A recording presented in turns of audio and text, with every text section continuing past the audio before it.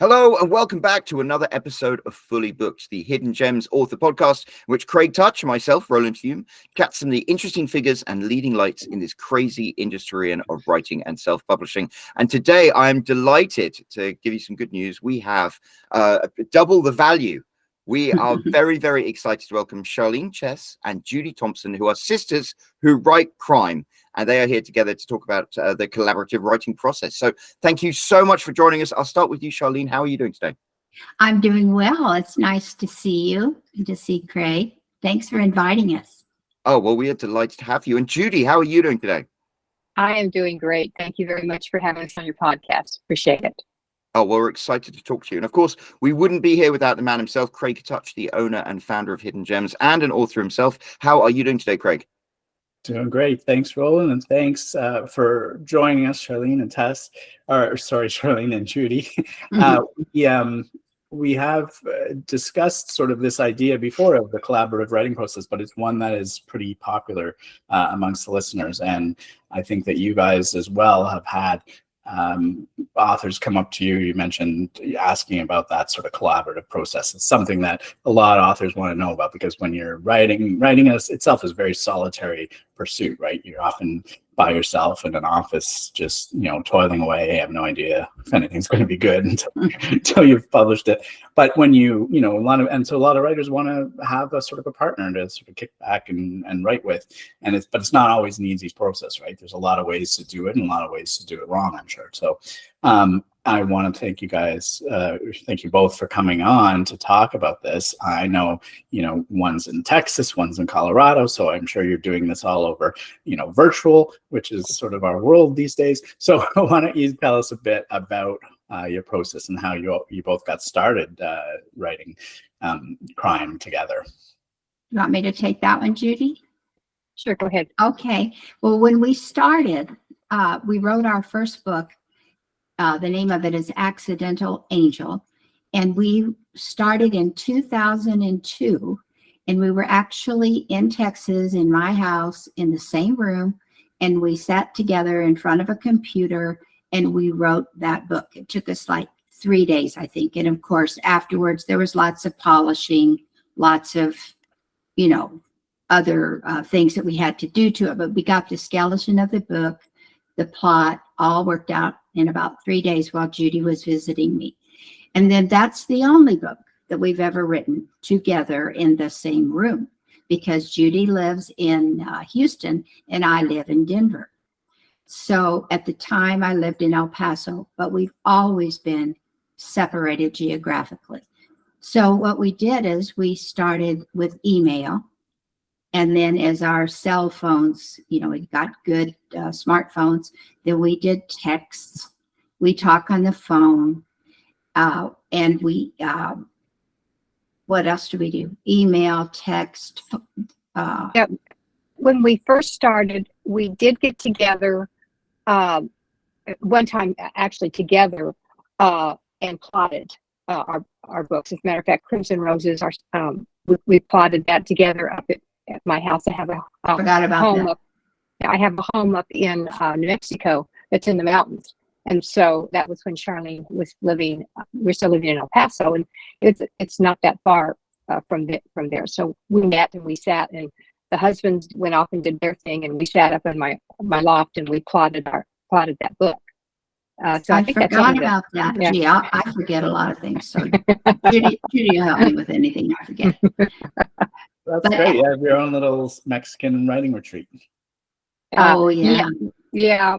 That's the only time that we've done that. But yeah, I spend a lot of. My husband and I spend some winters up there, and then in the summers, and it's a great place to write. Yes.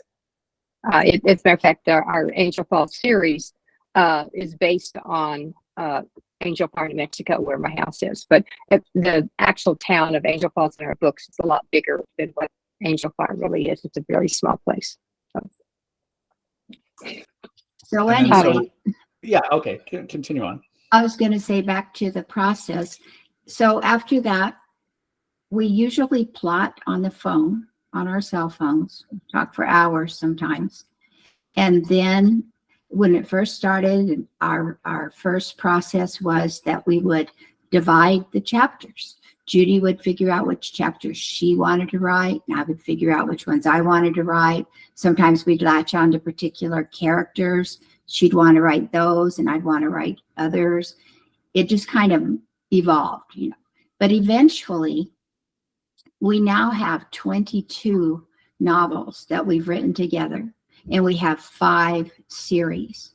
So if you start counting books, you know, that's the titles, but we also have the box sets. We have some lead magnets for our email. And so we have a lot of things going on. So it just got to be too much for us to just divide the chapters and write like that. So now it has evolved where Judi writes the first draft. This started in 2023. Judi writes the first draft. She'll write a chapter. She'll send it to me. And then I will do a polish on it and a line edit and a proofreading and polish it up. So she writes the first draft. I write the second draft. The third draft is when we both read the whole book through the way that it's written, and then we go back and we make any changes that we need to make. We add things we need to add, move chapters around. We do a lot of things on the third draft. And then we send it out to our ARC team, and our first readers are our husbands. She gives hers to Roger. I give mine to Jerry. And then after they've seen it, then it's out to the art team, and then we're ready to go. So that's our process. Wow. Yeah, I mean, it definitely has evolved over time. Yes. I think that, you know, doing it the way you originally did it is probably very difficult because you have to really, I mean, you'd have to be a plotter for sure, right? Because you need to know chapter by chapter, you know, what's going to happen so that when nobody's sort of rewriting stuff that the other person wrote. And, you know, I don't even know how you could do it dividing by characters, since the character would be weaved all throughout the chapters. But yeah, it sounds like you've got a process that works. Do you send it to beta readers as well, or just your ARC team? Mm-hmm. Well, the beta readers, I call them the ARC team, our advanced reading team, but they're the beta readers. And we have a couple that just read, and then they will tell us, you know, what they liked about it. If they didn't like something, they'll tell us, but they don't really examine it. And then we have 4 different people who really dig in, and they look for things like commas and missing quotation marks and, you know, things that a proofreader would do. So we get a lot of help from them. I was going to tell you, I'm sorry. Oh, well, I was going to ask, because when you say your beta readers are also your ARC readers, if somebody comes up with a plot point that maybe they want changed or things, do you ever go back after sending out your ARCs and actually revise the book or anything like that? We did that with Crimson Roses, because somebody didn't like the very first part of it, the description of the vet, and so we did change some parts of that. How could they not like Pepper? Well, they liked Pepper. They just didn't. I can't remember exactly what it was that they didn't like, but they thought. And you remembered her name. Oh my goodness. Yes, that's amazing. It's been so long ago. I think this person was trying to be helpful, to let us know that we have to be careful, really careful about physical descriptions of people, because we don't want to in any way demean them or type them, if you know what I mean. So it was just, so because that's, she was Asian, wasn't she? So I guess you have to be kind of delicate about. Yeah.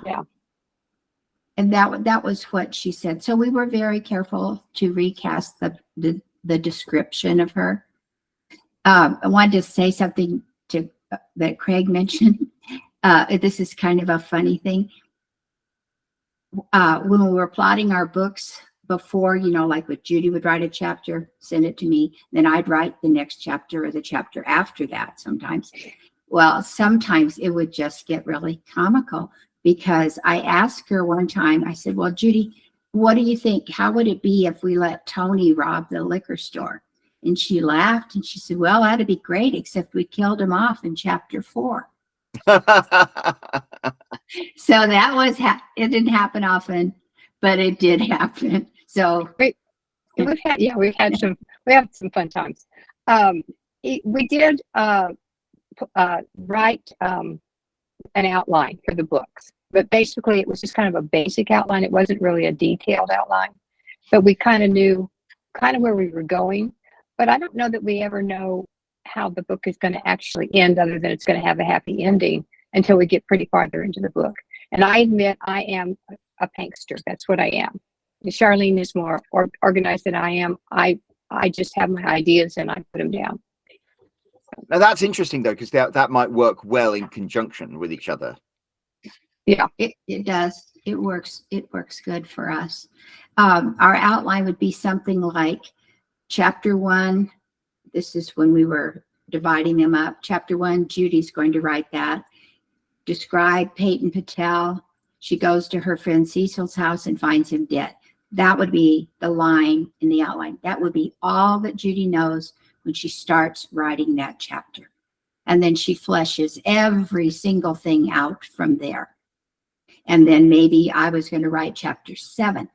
And in chapter 7, Peyton goes to the clinic to see Dr. Harper King because she's having headaches. And she meets Sunshine Davis and Dr. Nez. And that's all I know when I start writing that chapter. Judi and I've decided that's where it's going to go in chapter 7. And then I'm in control of all of everything that happens that way. And it's fascinating that we write so much alike. So much alike. Oh, that's interesting. Mm-hmm. The benefit of being sisters, I think, right? Mm-hmm. I think so. Probably so. Yeah. Because a lot of times, even our husbands can't tell what I wrote and what Charlene wrote. They don't know. So, I mean, I would think that plotting would be essential when you're working together, but it does sound like you're at least sort of coming up with like one line or two per chapter, so that you have an idea of chapter by chapter, or at least you were in the early days when you're going back and forth. Now, if Judy's doing most of the writing, maybe that's not as essential. But for crime and mystery and that kind of books, I always think you kind of need to know where you're going with that, like who the killer is, so that you can drop those hints. And so otherwise, I'm not sure how you even get it done. Well, we do that though. Even now, even though Judy's writing the first draft, we still talk on the phone and we decide where it's going to go next. Okay, what's going to happen? We usually do what, Judi? 5 chapters at a time, approximately.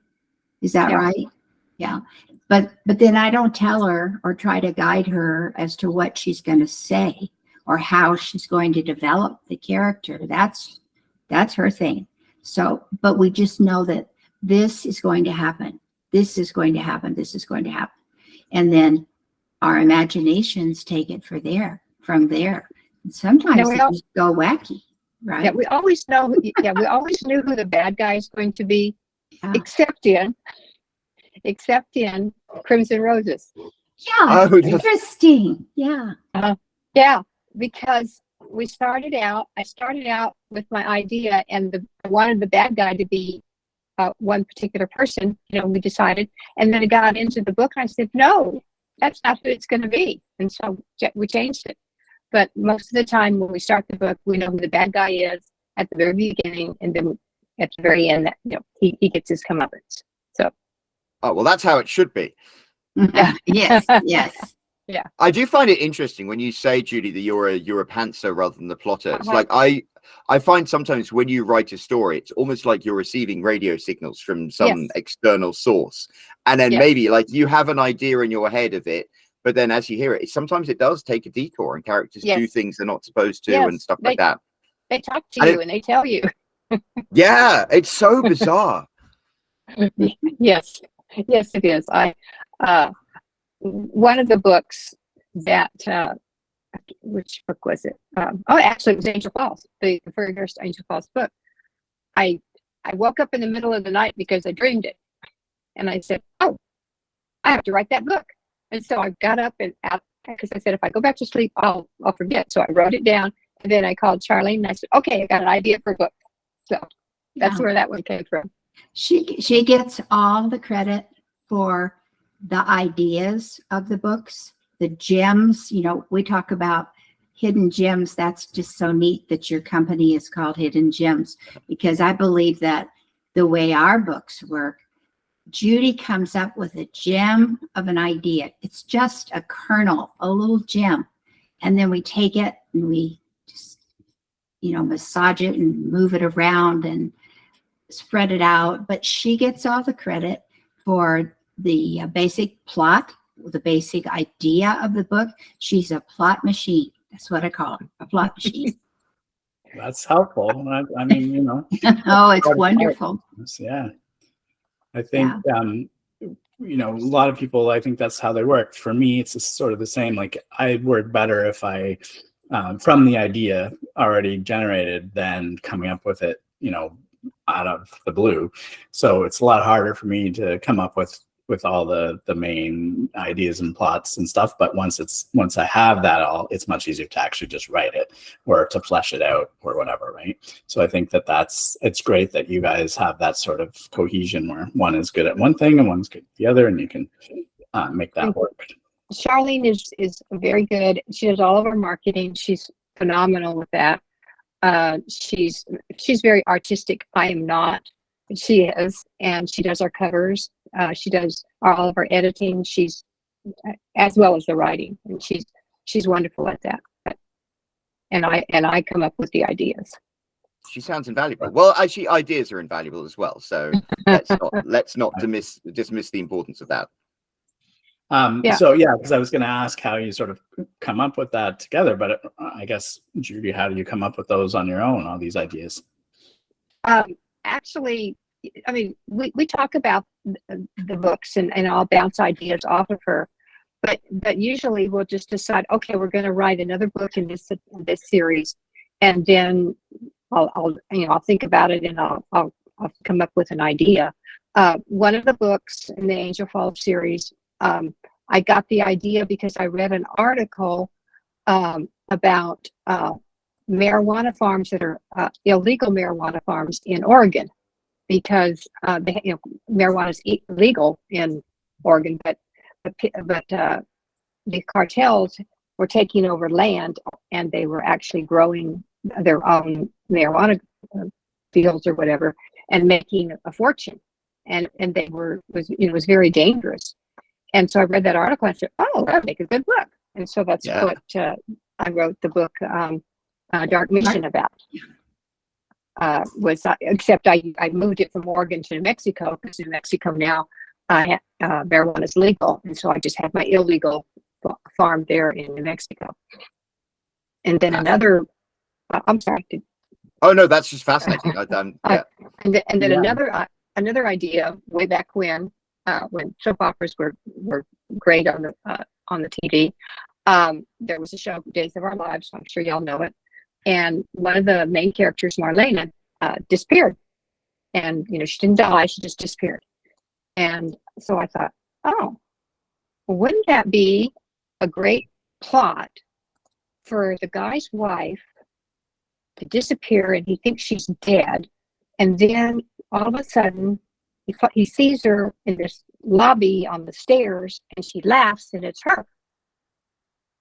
And I thought, that'd be great. So that was the book. And Charlene came up with the title Stolen Laughter because he recognized her laugh, and then he saw her face and she was supposed to be dead. So that's how the whole book was. So I love that. Just an idea, a kernel of an idea ends up becoming.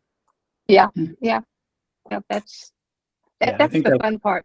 That's the fun part about writing. That a lot of writers sort of, that's one of their tools of the trade, their tricks, is they sort of hear these stories in the news or wherever, and then that just sort of sparks an idea and they'll write it down or whatever. Yeah. And come to it later. It's fun to imagine things. Just come up with ideas and put them on paper and say, oh wow. So yeah. And Judi's plots are very complicated. That's a good thing. It's really, really complicated. I don't know how she does it, but I'm so glad that she can do that because wow, I mean, I call some of the things she does nightmares. She calls them dreams, but they're good. They are good. Yeah, I think with crime fiction that you need that complicated plot. Otherwise, it's too easy to guess, right? You have to have Yeah. all sorts of red herrings and twists and turns so that the reader is, carried along, but is still unable to sort of figure out what's going on, hopefully. We'd love to hear in our reviews when people say, I didn't know who it was. I couldn't figure it out. I thought it was so-and-so, but it wasn't. And I didn't find out until the end. I just love that. Because we try to do that. We do. One of our series is a little bit darker than the other series. And so they're not really gory, but the murders are a little bit more violent in our Chance O'Brien series. And probably a little bit more complicated, that series too. I think maybe not complicated, more complex. Well, okay. Yeah, maybe complex. Yeah. Layered. Yeah. That's I find that because it's a really difficult tightrope to walk, and I think one of the things is some writers, especially in movies and things, they make the plot complicated, but it becomes incomprehensible. What you want in a good thriller is the plot to be complicated, but at the end it makes perfect sense and everything falls into place, and it's got that satisfaction. Yeah, I should have known that all along. Yeah, exactly. Yeah. There's often you'll read the book and you'll think, oh, that in hindsight that makes sense, right? But while you're going through it, it's not always as clear. So, which is exactly what you want. So then, how do you come up with characters? Is that sort of both of your contributions, or is that Judi? Yeah, it's together. We create those together usually. Go ahead, Charles. No, that's all I was going to say. That we do that together. What we do is we use pictures of actors or actresses. We'll decide, if we want this person to have blonde hair, blue eyes, we want them to be this, look like this. So we'll actually go in and we'll find an act. It can be just a stock picture, but usually it's just easier just to find an actor or an actress, and we'll do a screenshot of that person, and that's who we're looking at when we're writing about them. For all of our major characters, even some of our minor characters, and we have that in a book. We keep it with the pictures and the descriptions of them because we write series, and if we have 9 books in a series and we can't remember, oh my gosh, what color was that person's eyes? And so we have to go back and look. So that's how we keep track of them, and then that's as we're writing, that's what we look at. Keeping track of people is very important. Yeah. And Charlene came up with that idea. I think that's great because you can have like a written description of somebody, but then, when you're writing it later, you might have only written a few lines about it, and then you think, oh, but what about this part of them? Like, what does that look? And then you're not sure if maybe you put that in somewhere. But if you had like an actual picture that you can refer to, you can always be, secure in the knowledge that if you're just describing what it is in that picture, and as long as you're always doing that, then you're not going to do something a little different and have something wrong in the books for consistency. I think that's a great idea. Yeah. But I was also wondering about sort of their traits and their personality types. Like, where are you grabbing those from? We just invent those, don't we? As we go along. Yeah. Why don't you talk about the women, Charles? Oh yeah.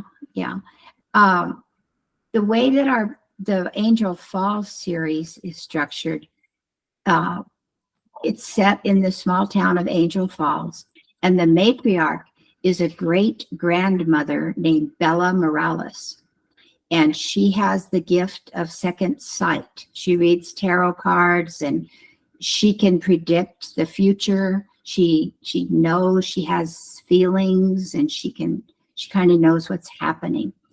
And that woman, that character, is our reader's favorite character in that series. And we've had many, many characters throughout the 9 books, but she is the one that they want to read about. So in the first book, Angel Falls, she's introduced. It's in her, she has a resort in the mountains of New Mexico, Sierra Verde. And in that book, we learn all about Bella and see what she's like. And then a doctor appears in another book called Dark Moments. There's a character in Dark Moments who's accused of doing all these heinous things, and he's accused of being a murderer. And it turns out the whole time that he was losing time because he had epilepsy. And a doctor comes to Angel Falls to be the general practitioner in the Angel Falls clinic. And she discovers this. She does a bunch of tests on him, and she discovers he's a good guy. She falls in love with him, actually. And she is a very important character. Her name is Harper. Harper what? I can't remember. Judi. King. Harper King. Dr. Harper King.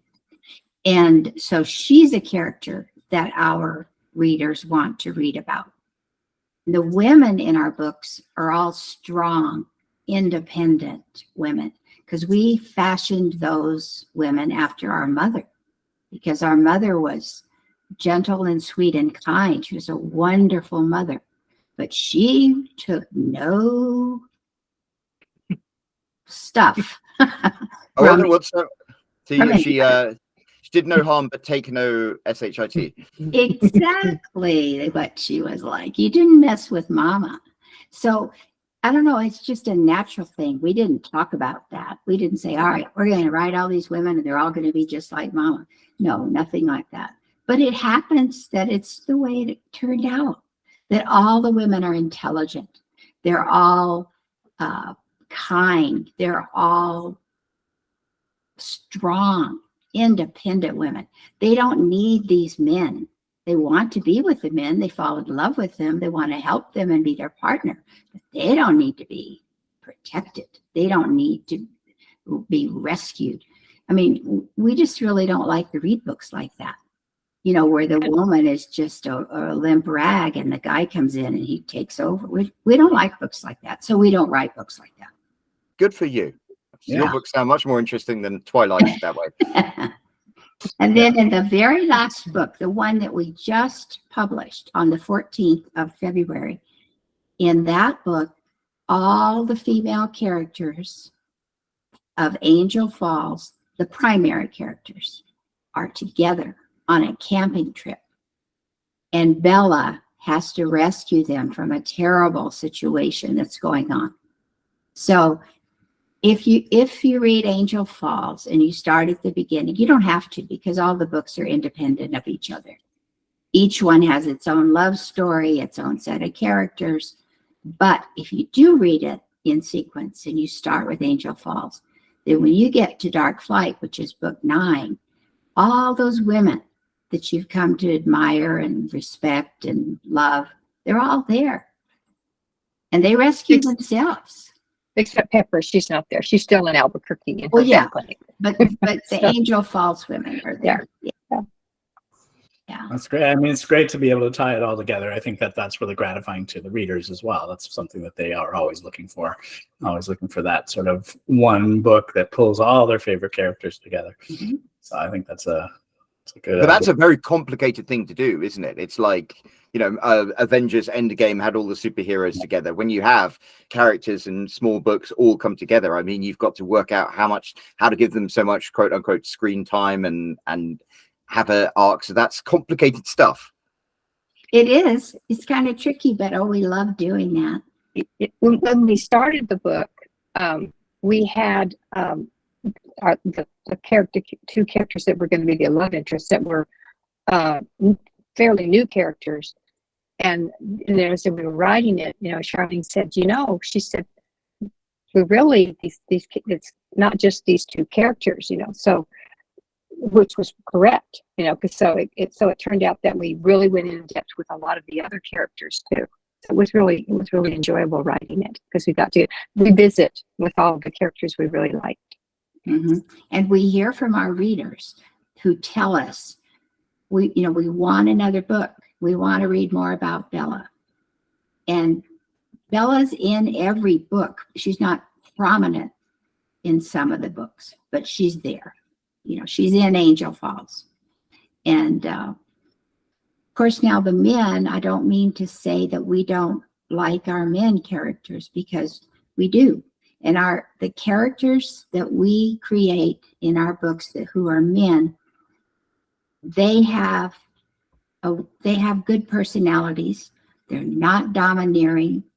They're not macho men. We don't like to read books about macho men. And I guess we kind of patterned those characters, and this was unconscious, not conscious, after our father and our husbands, because our husbands are strong men, but they're not macho and they're not domineering. And our father, he was 5'9", but oh my goodness, what a man he was. And we just like our characters to be that kind of men.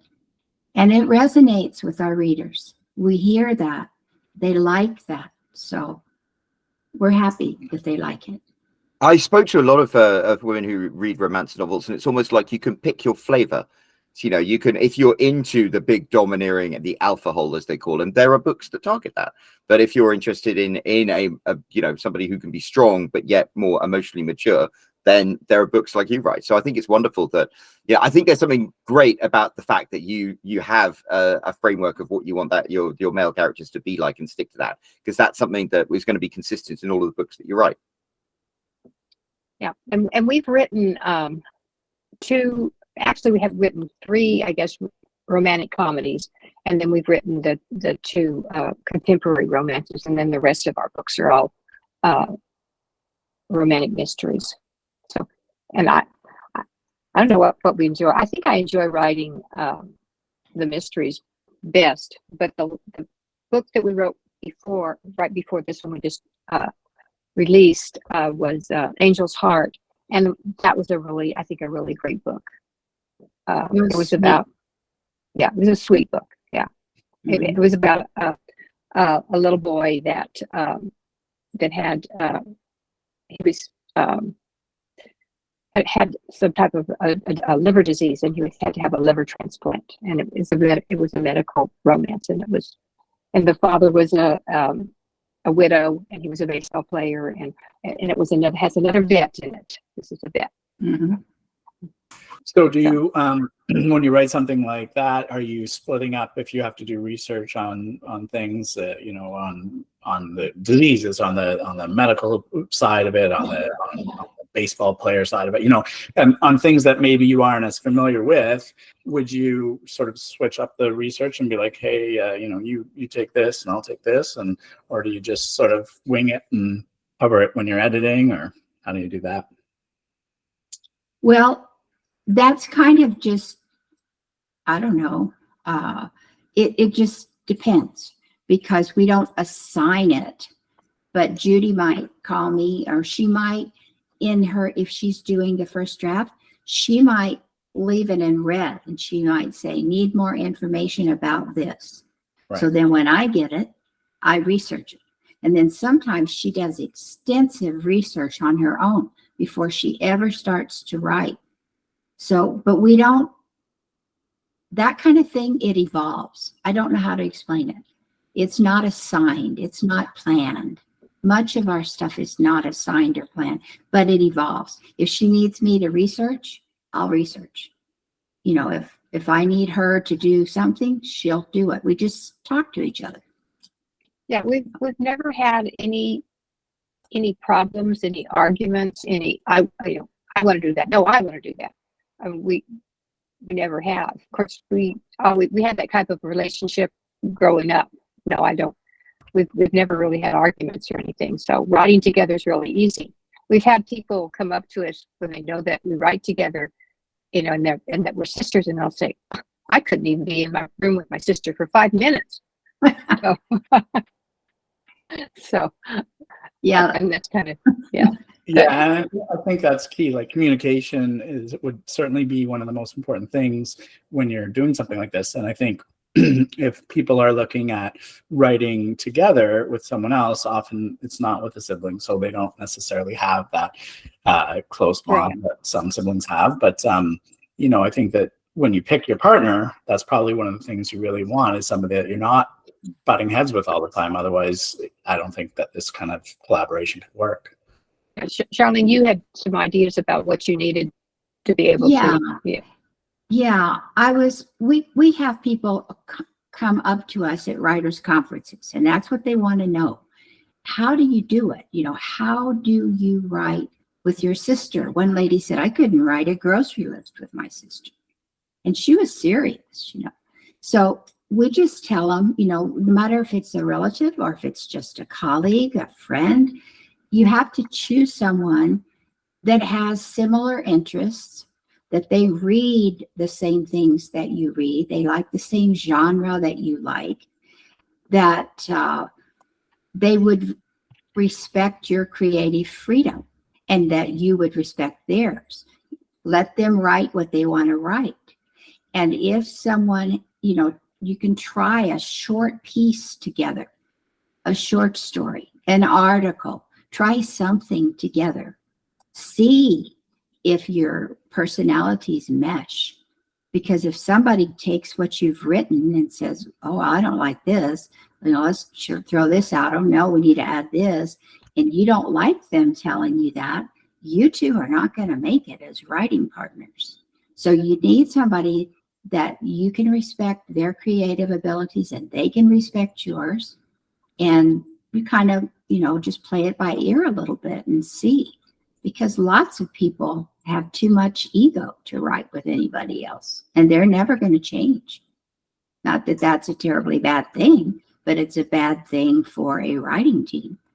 You really have to check your ego at the door if you're going to be in a writing team situation. Yeah, that's a good point.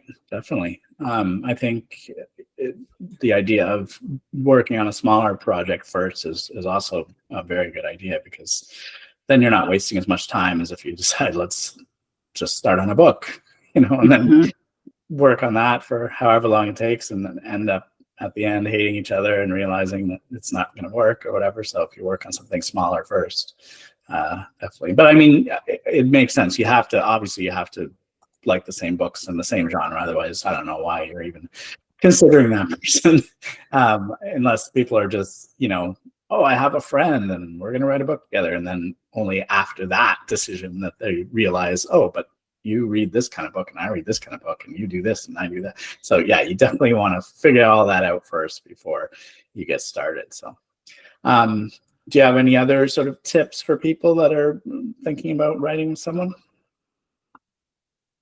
Well, Judi, do you have one? I have one. Okay. I think that assigning when you're new, when you don't know somebody well and you're just getting started, you really need to assign your tasks. Like, what are you going to do? What am I going to do? What are we going to do together? And it doesn't have to be set in stone. And just like with Judi and me, it will evolve. It will evolve. But when you first start, you have to have some kind of a plan. Okay, are we going to write it together? Who's going to edit it? Are we going to hire an editor? What are we going to do about covers? Are we going to buy our covers? There's a lot of things that, and we like to help people with that, when we do workshops and things, just to help them come up with a plan. Because writing together, if you think you're doing it just because it's going to be a lot easier and you're going to put out books faster, that's not true. No. That is not true. You could do it. You really have to have a person that you respect who respects you. It's really that simple. Or complicated, whichever one you want to call it. Yeah, that makes total sense. I think, having somebody like that and coming up with a plan, I think will also help you figure out before you even start writing whether or not you're on the same page. Because if you're even arguing about the plan, then that's probably another red flag.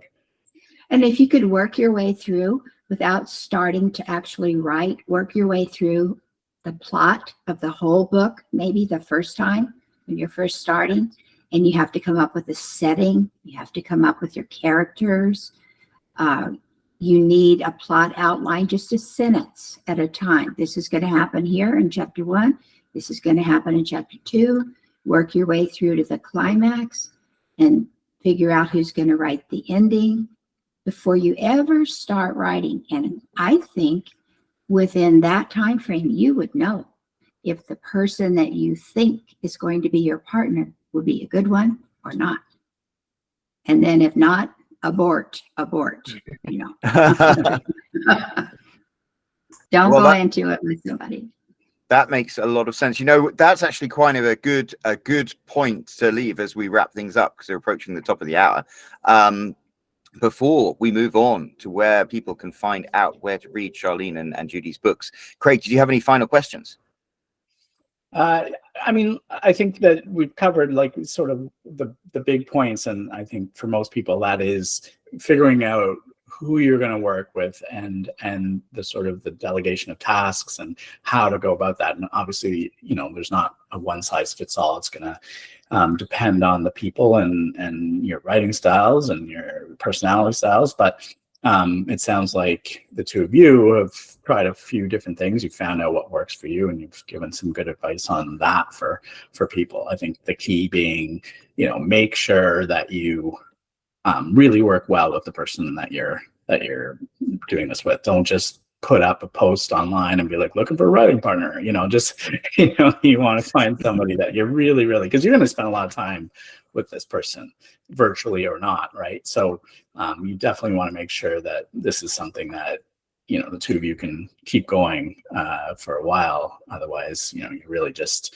wasting effort. And as you said, it doesn't mean it's a shortcut, but sometimes it helps to have a writing partner. Sometimes there are strengths and weaknesses that you can compensate for by having someone else working with you. So thanks for coming on and sharing your experiences with it. Well, thank you. We enjoyed it. Yes, Well, thank you very much. If you've been watching this and you have had your appetite whet by the idea of 22 stories written by these sisters writing crime, where can people find your books? Well, we're exclusively on Amazon. And so you can Google either of our names. I don't mean Google, but go to Amazon and search for either one of our names, and all of our books will come up. That's the easiest way. We have a website. It's sisterswritingcrime.com. But we are on Amazon, and you can go straight to our book pages. Either one of our pages would work, and all of our books are there. Excellent. Well, we will obviously pop a link down below to sisterswritingcrime.com.